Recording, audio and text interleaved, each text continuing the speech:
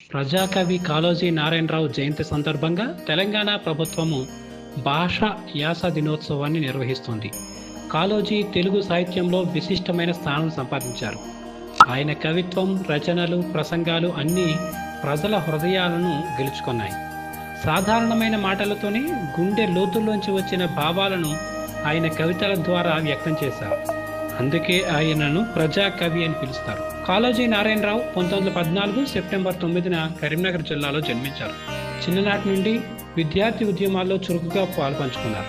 తెలంగాణ ఉద్యమం వంటి పోరాటంలో ఆయన పాత్ర బలమైనది. ఒకవైపు ప్రజాసేవ, మరోవైపు సాహిత్యం, ఈ రెండింటినీ సమపాలలో కొనసాగిస్తూ ఆయన గడిపారు.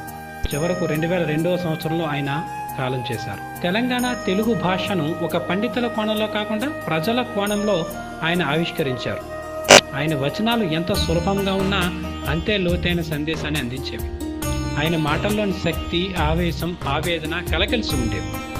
ఉదాహరణకు ఆయన చెప్పిన "నాకు నాకే తెలుసు" అన్న మాటలోని ధైర్యం, ఒక్కళ్ళపెట్ట అనేటువంటి కవితలోని చైతన్యం నేటికి కొత్త ఉత్సాహాన్ని ఇస్తాయి. కాళోజీ మాటల్లో నేరుగా మనసును తాకే తీక్షణత ఉంటుంది.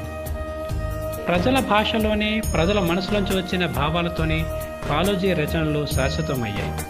ఆయన జీవితం, కవిత్వం మనకి నేర్పింది ఒకటే: సాహిత్యం అనేది పుస్తకాలకే పరిమితం కాదు, అది ప్రజల కోసం గలం వినిపించే శక్తివంతమైన ఆయుధం కావాలి. ఆ భావజాలాన్నే కాళోజీ మనందరికీ అందించారు. అందుకే అదే స్ఫూర్తిని మనం అందరం గుర్తుపెట్టుకోవాలి.